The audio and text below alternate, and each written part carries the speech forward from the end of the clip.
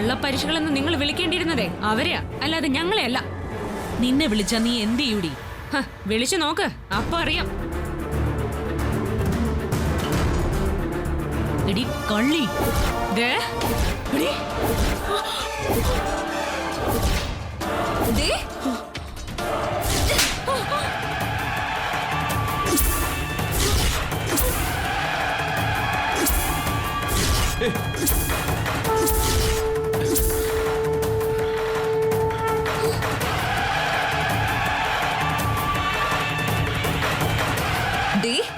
എന്റെ ദുർഗാന്റിക്ക് നേരെ നീ കൈ ചൂണ്ടിയാ നിന്റെ കൈ ഞാൻ വെട്ടു.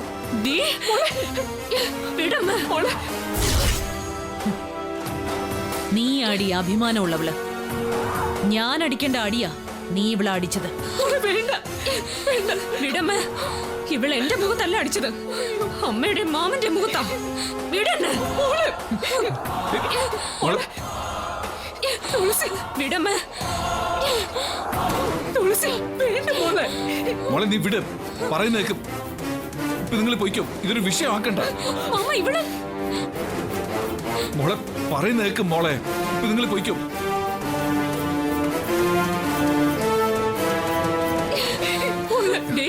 നീ ഇതിനെ വലിയ വില കൊടുക്കേണ്ടി വരും. ഇവിടെ നിൽക്കണ്ട, പോകാം.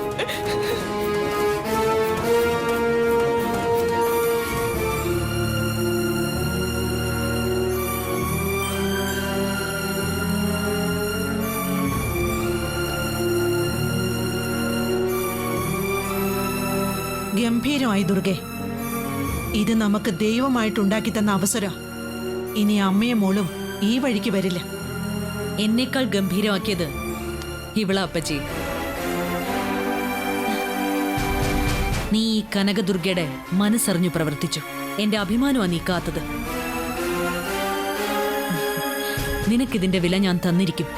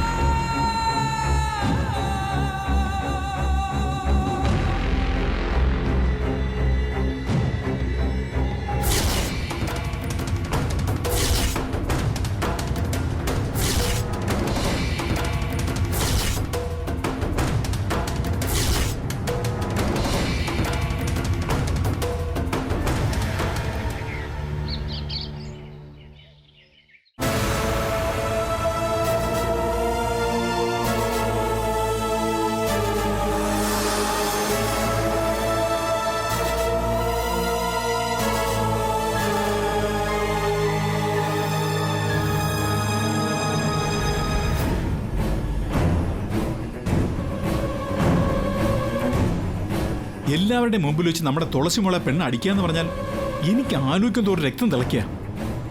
ദുർഗേച്ചി അവളെ തല്ലിയാൽ നമുക്ക് മനസ്സിലാക്കാം, പക്ഷെ ഇത് അവള് തിരിച്ചു തല്ലായിരുന്നു ജയേട്ടാ.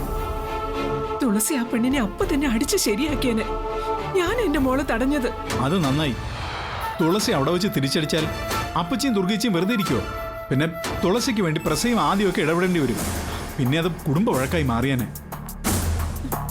ദുർഗേച്ചിയുടെ മുമ്പിൽ ആളാവാൻ വേണ്ടിയാ ആ പെണ്ണ് നമ്മുടെ മോളെ തല്ലിയത്. അതിലവള് ജയിച്ചു. ഏത് സന്തോഷവും പാതി വഴിയിൽ ഇല്ലാതായി പോകുന്നുള്ളത് എന്റെ ഒരു വിധിയാ. അല്ലെങ്കിൽ എറണാകുളത്തേക്ക് പോയവര് യാത്ര മതിയാക്കി ഇത്ര പെട്ടെന്ന് തിരിച്ചു വരുമോ? എത്രയോ കാലത്തിന് ശേഷം എനിക്ക് എന്റെ ഏട്ടന്റെ കൂടെ കുറച്ച് സമയം ചെലവഴിക്കാൻ പറ്റിയത്. അതിങ്ങനെയായി. തുളസി ഇതെങ്ങനെ സഹിക്കുന്നു? നമ്മൾ പോലും നമ്മുടെ മോളെ ഒന്ന് നുള്ളി നോവിച്ചിട്ടില്ല. അവളിതിനെങ്ങനെ പകരം വിട്ടുവെന്ന് ദൈവത്തിനെ അറിയൂ. ഇനി എന്റെ പേടി അതാ ജയേട്ട. തുളസി അങ്ങനെ എന്തെങ്കിലും കടുകൈ ആ പെണ്ണിനോട് ചെയ്ത അതായിരിക്കും അടുത്ത പ്രശ്നം. ജയേട്ടൻ തുളസിയെ കാര്യമായിട്ടൊന്ന് ഉപദേശിക്കണം. അവളുടെ സ്വഭാവം ജയേട്ടന് അറിയാലോ. നമ്മുടെ മോൾക്ക് നല്ല വിഷമമുണ്ട് പ്രിയെ. അല്ലെങ്കിൽ ഇങ്ങനെയുള്ള പ്രശ്നങ്ങളൊക്കെ ഉണ്ടായാൽ അവൾ നമ്മളെയാ സമാധാനിപ്പിക്കാറ്. ഇപ്പോ മുകളിൽ ഒറ്റ ഇരിപ്പല്ലേ അവള്. ജയേട്ടാ, ചേട്ടൻ ഒന്ന് അങ്ങോട്ട് ചെല്ലൂ. പ്രസാദ മാമനെ ഓർത്ത് ഇതിന്റെ പേരിൽ ഒരു പ്രശ്നത്തിനും പോകരുതെന്ന് അച്ഛൻ പറഞ്ഞ മോളെ അനുസരിക്കും. എന്ത് പ്രശ്നം ഉണ്ടായാലും നമ്മുടെ മോളോട് ക്ഷമിക്കാനും സമാധാനിക്കാനും പറയാനല്ലാതെ അവൾക്ക് വേണ്ടി ഒരച്ഛനെന്ന നിലയ്ക്ക് എനിക്കൊന്നും ചെയ്യാൻ പറ്റില്ലല്ലോ പ്രിയ. സത്യത്തിൽ എന്റെ മോളെ തല്ലിയത് എന്തിനെന്ന് ചോദിച്ച് ഞാൻ അവിടെ ചെല്ലേണ്ടതല്ലേ? ചെന്നിട്ട് ആരോടാ ജയേട്ടൻ ചോദിക്ക? ദുർഗേച്ചിയോടോ അതോ പ്രസാദേട്ടനോടോ അല്ലെങ്കിൽ അപ്പച്ചിയോടോ? ദുർഗേച്ചി തുളസി മോളോട് എന്ത് കാണിച്ചാലും നമ്മൾ ക്ഷമിക്കുന്നത് എന്തുകൊണ്ടാ? പെറ്റമ്മ സ്വന്തം മകളോട് ചെയ്യുന്നതാണെന്ന് കരുതിയിട്ടല്ലേ? ഇക്കാര്യത്തിലും അങ്ങനെ തന്നെ കരുതിയാൽ മതി. ജയേട്ടനൊന്നും മോളുടെ അടുത്തേക്ക് ചെല്ല്. ഇത്രയൊക്കെ ഉണ്ടായിട്ടും അച്ഛൻ അതേക്കുറിച്ചൊന്ന് തിരക്ക് പോലും ചെയ്തില്ലെങ്കിൽ അതായിരിക്കും അവളുടെ ഏറ്റവും വലിയ സങ്കടം.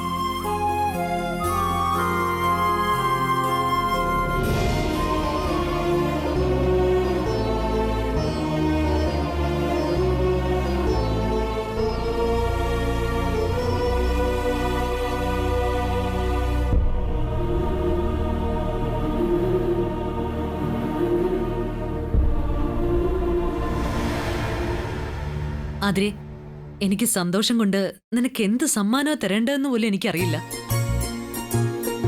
ആ മൂശേട്ട എനിക്ക് നേരെ കൈ ചൂണ്ടി സംസാരിച്ചപ്പോ ആ കൈ വെട്ടിക്കളയണമെന്ന് എനിക്കുണ്ടായിരുന്നു. പക്ഷേ എന്റെ ഭർത്താവിന്റെ മകന്റെ മുമ്പിൽ വെച്ച് എനിക്കത് ചെയ്യാൻ പറ്റില്ല. എന്നാ എന്റെ മനസ്സറിഞ്ഞതുപോലെ, എന്റെ പകരക്കാരിയെ പോലെ നീ എനിക്ക് വേണ്ടി അത് ചെയ്തു. ഹാ, ഗംഭീര അടിയായിരുന്നു മോളെ. ഹാ, ആ മരമോന്തക്കിട്ട് തല്ലിയപ്പോ നിന്റെ കൈ വേദനിച്ചോ? മറ്റേ കൈ കൊണ്ട് അവളുടെ മറ്റേ കരണത്തുകൂടി പൊട്ടിക്കായിരുന്നില്ലേ? അവള് ഞാൻ ഇവിടെ തന്നെ ഉണ്ടല്ലോ മാമോസ്. ഇനി എന്റെ മുന്നിൽ അവളെ കണ്ട എന്റെ ദുർഗാന്റിക്കെതിരെ ഒരക്ഷരം മിണ്ടിയാൽ അവളുടെ മോന്തയിൽ എന്റെ കൈപ്പത്തിയുടെ ചിത്രം ഞാൻ പതിക്കും. നിനക്ക് ഞാനിപ്പോ എന്താ അതിരെ തരേണ്ടത്? ഈ സന്തോഷത്തിന് ഞാൻ ദാ ഈ നെക്ലസ് ഇനി മുതൽ നിന്റെ കഴുത്തിൽ കിടക്കട്ടെ.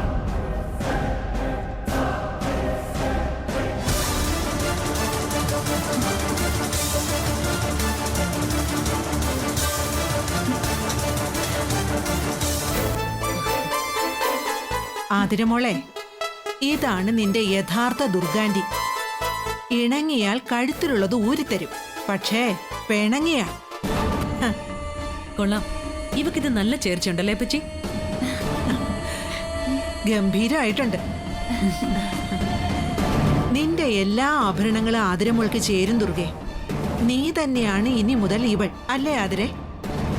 അതെ, അതുകൊണ്ടല്ലേ ദുർഗാന്റിയോട് അവള് ധിക്കാരം പറഞ്ഞപ്പോ എനിക്ക് കലി വന്നത്. അവൾക്ക് എവിടുന്ന് കിട്ടി ആന്റി ഈ ധിക്കാരവും അധികാരവും? ഇത്രയ്ക്ക് വളരാൻ ആന്റി സമ്മതിക്കരുതായിരുന്നു. ജന്മന അവളൊരു വൃത്തികെട്ട സ്വഭാവക്കാരിയാ മോളെ. അത് ചിലരൊക്കെ വകവെച്ചു കൊടുത്തപ്പോ അവൾ ഈ നിലയിലോട്ടങ്ങ് വളർന്നു. ഇനി അവൾ വളരില്ല ദുർഗെ. ആ കാട്ടു തുളസിയുടെ അഹങ്കാരത്തിന്റെ ഓരോ ശിഖരങ്ങളും എന്റെ ആതിരമോൾ വെട്ടിമാറ്റും. യെസ്, അവളുടെ അഹങ്കാരം പോയിട്ട് ആയുസ് പോലും ഇല്ലാത്തവളാക്കി മാറ്റും ഞാൻ. ഹലോ, ഒരുപാടങ്ങ് ഷൈൻ ചെയ്യല്ലേ. നീ ഇവിടുത്തെ വെറും ഗസ്റ്റ് മാത്രമാ. തുളസി ആരാണെന്ന് നിനക്കറിയോ? എന്റെ അച്ഛന്റെ സഹോദരിയുടെ മകളാവള്. എന്റെ അച്ഛന്റെ സ്വന്തം മരുമകള്. അച്ഛന്റെ മുമ്പിൽ വെച്ച നീ തുളസിയുടെ മുഖത്ത് കൈവച്ചത്, അതും ഈ വീട്ടിൽ വെച്ച്. അദ്ദേഹം ക്ഷണിച്ചു വരുത്തിയ മരുമകളെ. മതിയടാ, നിർത്ത്. തുളസി ഇവള് തല്ലിയപ്പോ നിനക്ക് പൊള്ളുന്നുണ്ടല്ലേ? അപ്പോ നിനക്ക് നിന്റെ അച്ഛന്റെ അഭിമാനമാണ് വലുത്. അങ്ങനെയാണെങ്കിൽ തുളസി എന്റെ നേരെ വിരൽ ചൂണ്ടി എന്നെ അപമാനിച്ച് സംസാരിച്ചപ്പോ നിന്റെ ഈ ഉത്തരവാദിത്വമൊക്കെ എവിടെ പോയി? ആ സമയത്ത് നീ ചെയ്യേണ്ടത് അവള് ചെയ്തത്. എന്നിട്ടിപ്പോ അവളെ കുറ്റപ്പെടുത്താൻ നോക്കുന്നോ? അതും എന്റെ മുമ്പിൽ വെച്ച്. നോ ആന്റി, ആദ്യമായിട്ടൊന്നും പറയല്ലേ. എനിക്ക് സങ്കടമാവും. പ്ലീസ് മോളങ്ങോട്ട് മാറി നിൽക്ക്. തുളസി നിന്റെ അച്ഛന്റെ പെങ്ങടെ മകളാണെങ്കിൽ ആതിര അച്ഛന്റെ മുറപ്പെണ്ണിന്റെ മകളാ. അതായത് ഈ അപ്പച്ചിയുടെ മകളുടെ മകൾ. അതേ ആദിമോനെ, ബന്ധം കൊണ്ട് തുളസിക്കും ആതിരയ്ക്കും ഈ കുടുംബത്തിൽ ഒരേ സ്ഥാനമാണ്. നിന്റെ അച്ഛന് മരുമകൾ സ്ഥാനം, നിനക്ക് മുറപ്പെണ്ണ്.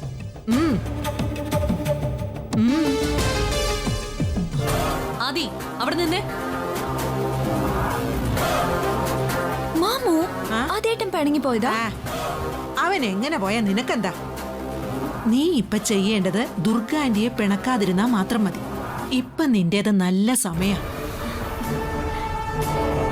ഇന്നേ ദുർഗ നിനക്ക് സ്വർണ്ണ നെക്ലസ് സമ്മാനമായിട്ട് തന്നു. നാളെ അവൾ അവന്റെ മകനെ കൊണ്ട് നിന്റെ കഴുത്തിൽ താലി കെട്ടിക്കണം. അതോടെ നിന്റെയും ഈ മാമോസിന്റെയും ജാതകം തെളിയും. പിന്നെ നമ്മളായിരിക്കും ഈ ദേവമംഗലം ഭരിക്കാൻ പോകുന്നത്. അപ്പൊ ദുർഗമ്മ രാജ്ഞിയും ഞാൻ രാജകുമാരിയും മാമോസ് മഹാറാണിയും അല്ലേ? നീ രാജകുമാരിയും ഞാൻ മഹാറാണിയും തന്നെയായിരിക്കും. പക്ഷെ കനകദുർഗയ്ക്ക് എന്ത് സ്ഥാനമായിരിക്കുമെന്ന് ഇപ്പൊ പറയാനാവില്ല. അത് ഈ മംഗള തീരുമാനിക്കും.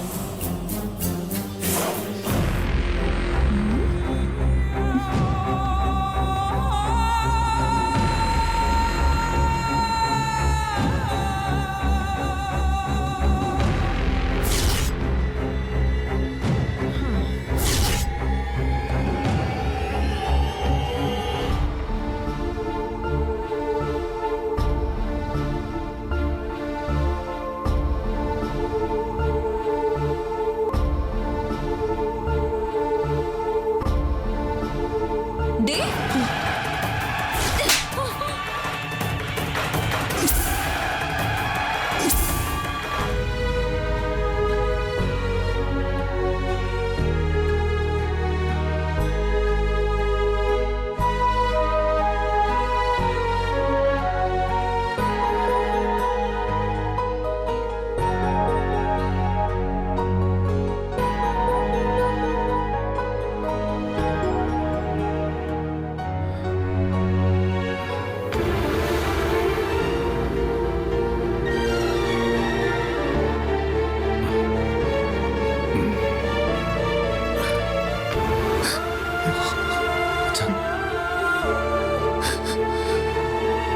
എന്തൊക്കെയാ അച്ഛൻ ഇവിടെ നടക്കുന്നേ? അമ്മ ഇവിടെ അടക്കി വാഴം വിട്ടിരിക്കുകയാണോ അച്ഛൻ?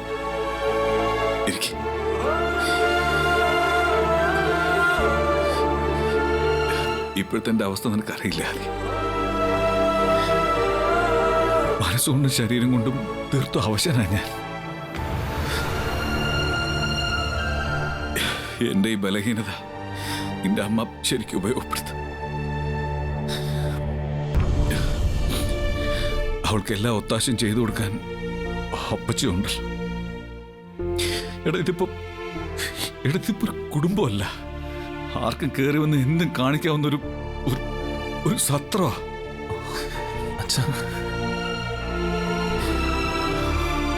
അതിനിടയിലേക്ക് എന്റെ പ്രിയൻ തുളസി മോളെയും ഞാൻ ക്ഷണിച്ചു വരുത്തരുതായിരുന്നു.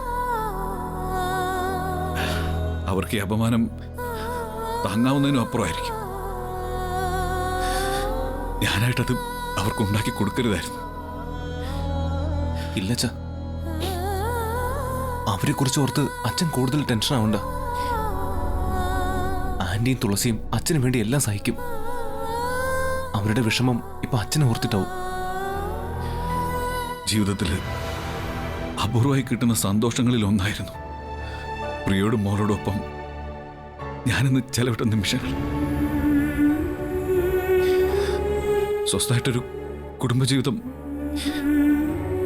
എത്ര കാലം എനിക്ക് നഷ്ടപ്പെട്ടിട്ടെന്നറിയോ.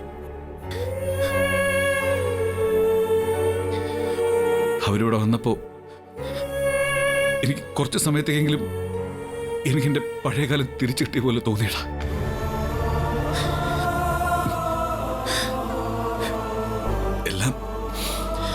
എല്ലാം ഒരു നിമിഷം കൊണ്ട് തകർന്നടിയുകയും ചെയ്തു. അച്ഛാ, ഒന്നും അച്ഛനിപ്പോ കൂടുതലായിട്ട് മനസ്സിലാക്കി കൊടുക്കണ്ട. ഒട്ടും ടെൻഷനാവാൻ പാടില്ലെന്ന് ഡോക്ടർ എന്ന് പ്രത്യേകം പറഞ്ഞതല്ലേ. ആദ്യം അച്ഛൻ്റെ ആരോഗ്യം നോക്കണം. ബാക്കിയെല്ലാം നമുക്ക് വഴിയെ തിരിച്ചു പിടിക്കാച്ച.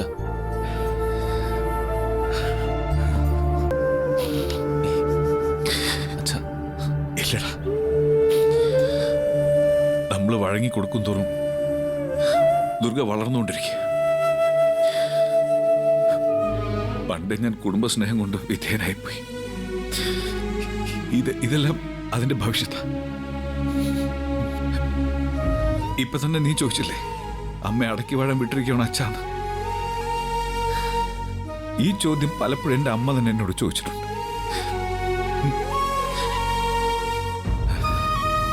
അന്ന് ആ ചോദ്യത്തിന് ഇത്ര വ്യാപ്തി ഉണ്ടാവുമെന്ന് ഞാൻ വിചാരിച്ചില്ല. ഇപ്പറയുന്നു നമ്മുടെ കരുത്ത്, അഭിമാനം, ഇതൊന്നും ആർക്കു വേണ്ടി അടിയറ വയ്ക്കരുത്.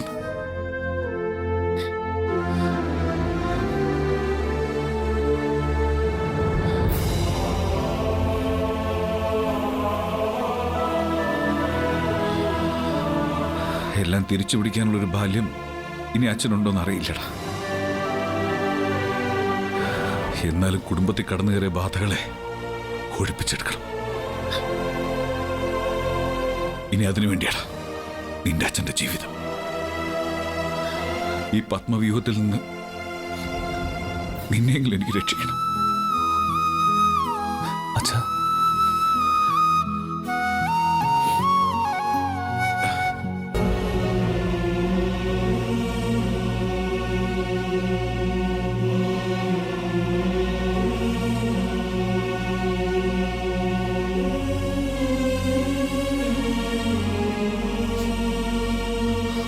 പ്രസാദേട്ടൻ വെറുതെ പറഞ്ഞത് തന്നെ പറഞ്ഞുകൊണ്ടിരുന്നിട്ട് ഒരു കാര്യമില്ല. ആതിര എന്റെ ഗസ്റ്റ് ആണെങ്കിൽ അവൾ ഈ വീട്ടിൽ തന്നെ താമസിച്ചിരിക്കും. അത് ഇഷ്ടമല്ലാത്തവരാണെങ്കിൽ ഇറങ്ങി പോണമെന്നാണോ? എന്റെ വീട്ടിൽ നിന്ന് ഞാൻ ഇറങ്ങി പോണമെന്നാണോ നീ ഉദ്ദേശിച്ചത്? ഇതാ നിങ്ങളുടെ കുഴപ്പം. ഞാൻ ചിന്തിക്കുന്നതിനും പറയുന്നതിനൊക്കെ മറ്റൊരർത്ഥം കണ്ടിട്ട് വെറുതെ എന്റെ മേല് കുറ്റം ആരോപിക്കും. പിന്നെ എന്താ നീ പറയാൻ പോയത്? അവൾ ഇവിടെ താമസിക്കുന്ന എനിക്ക് ഇഷ്ടമല്ലെന്ന് ഞാൻ പറഞ്ഞു കഴിഞ്ഞു. ഇനി ഞാൻ എന്ത് ചെയ്യണമെന്ന് നീ തീർത്തു പറ, കേൾക്കട്ടെ. പ്രസാദേട്ടന് ആതിരയെ ഇഷ്ടമല്ലെങ്കിൽ അവൾ ഇവിടുന്ന് പോകും വരെ നിങ്ങൾ റൂമിൽ നിന്ന് ഇറങ്ങണ്ടെന്നേ ഞാൻ ഉദ്ദേശിച്ചുള്ളൂ. അല്ലാതെ നിങ്ങളുടെ വീട്ടിൽ നിന്ന് നിങ്ങൾ എങ്ങോട്ട് ഇറങ്ങി പോവാനാ? പറയുമ്പോ കൃഷ്ണപ്രസാദിന്റെ വീടാ, പ്രമാണത്തിൽ കനകദുർഗയുടെ. അതുകൊണ്ടല്ലേ എന്നോട് പറഞ്ഞോണ്ടിരുന്നിട്ട് ഒരു കാര്യമില്ലെന്നും നീ തീരുമാനിക്കുന്നത് ഇവിടെ നടക്കുമെന്നും പറഞ്ഞത്. കനകദുർഗ എന്നും പറയാറുള്ളത് ഇങ്ങനെ തന്നെയാ. എന്റെ ഇഷ്ടങ്ങൾ തന്നെയാ ഇതുവരെ ഇവിടെ നടന്നിട്ടുള്ളതും പ്രസാദേട്ടൻ നടത്തി തന്നിട്ടുള്ളതും. പിന്നെ ഇപ്പൊ എന്താ ഇങ്ങനൊരു കോംപ്ലക്സ്? ഓ, പെങ്ങളും മരുമകളും വന്ന് വിഷം കുത്തിവെച്ച് തന്നതായിരിക്കും അല്ലേ? അപ്പൊ പ്രിയയും തുളസിയും എന്റെ പെങ്ങളും മരുമകളും ആണെന്ന് നീ വിശ്വസിക്കുന്നുണ്ട്? ഇവളോ എന്നെ പോലും ധിക്കരിച്ച് നീ ഇവിടെ പൊറപ്പിച്ചിരിക്കുന്ന ആതിര, അവൾ എന്റെ ആരെങ്കിലും ആണോ? നിന്റെ ആരെങ്കിലും ആണോ? എന്റെ ആരുമല്ല. പക്ഷെ പ്രസാദേട്ടന്റെ അടുത്ത ബന്ധുവാണ് ആതിരയെന്ന് കഴിഞ്ഞ ദിവസം ഞാൻ വിശദീകരിച്ചു തന്നതല്ലേ? പ്രസാദേട്ടൻ അന്ന് എന്നെ കല്യാണം കഴിക്കുന്നതിന് പകരം മുറപ്പെണ്ണായ പ്രസീതയായിരുന്നു കല്യാണം കഴിച്ചിരുന്നെങ്കിൽ ആതിര ഇന്ന് നിങ്ങളുടെ മോളാ. മതി, നിർത്ത്.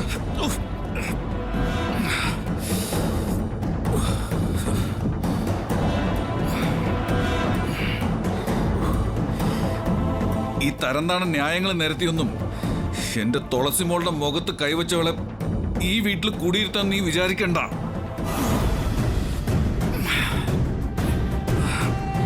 എന്റെ ജീവൻ പോയാലും ശരി, അവളെ ഞാൻ ഇവിടുന്ന് ഇറക്കി വിട്ടിരിക്കും. എന്താ പ്രസാദേട്ടാ? പ്രസാദേട്ടന് അസ്വസ്ഥത തോന്നുന്നെങ്കിൽ വാ, ഞാൻ റൂമിൽ കൊണ്ട് കിടത്താം. ദേഷ്യവും വാശിയും കൊണ്ട് ഇങ്ങനെ നിൽക്കാനാ ഉദ്ദേശിച്ചെങ്കിൽ ഇഷ്ടം പോലെ അയക്കോ.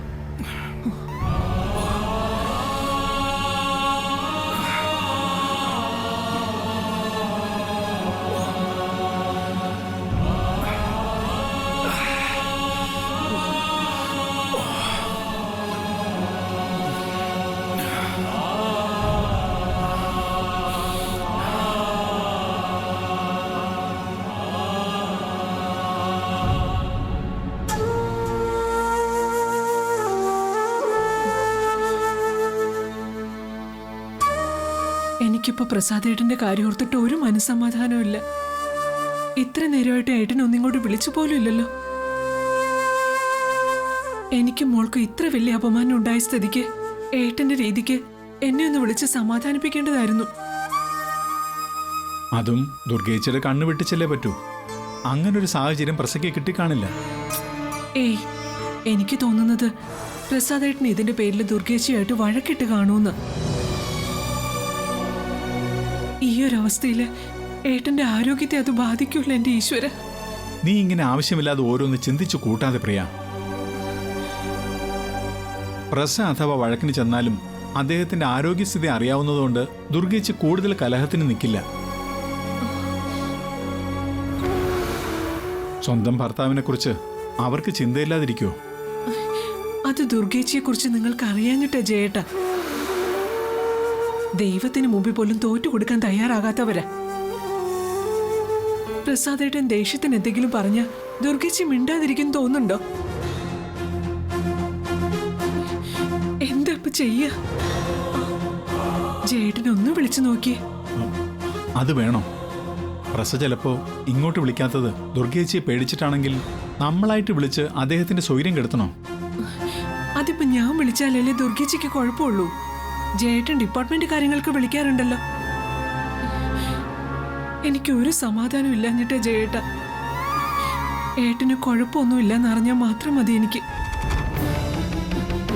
ഒന്നും വിളിക്ക്.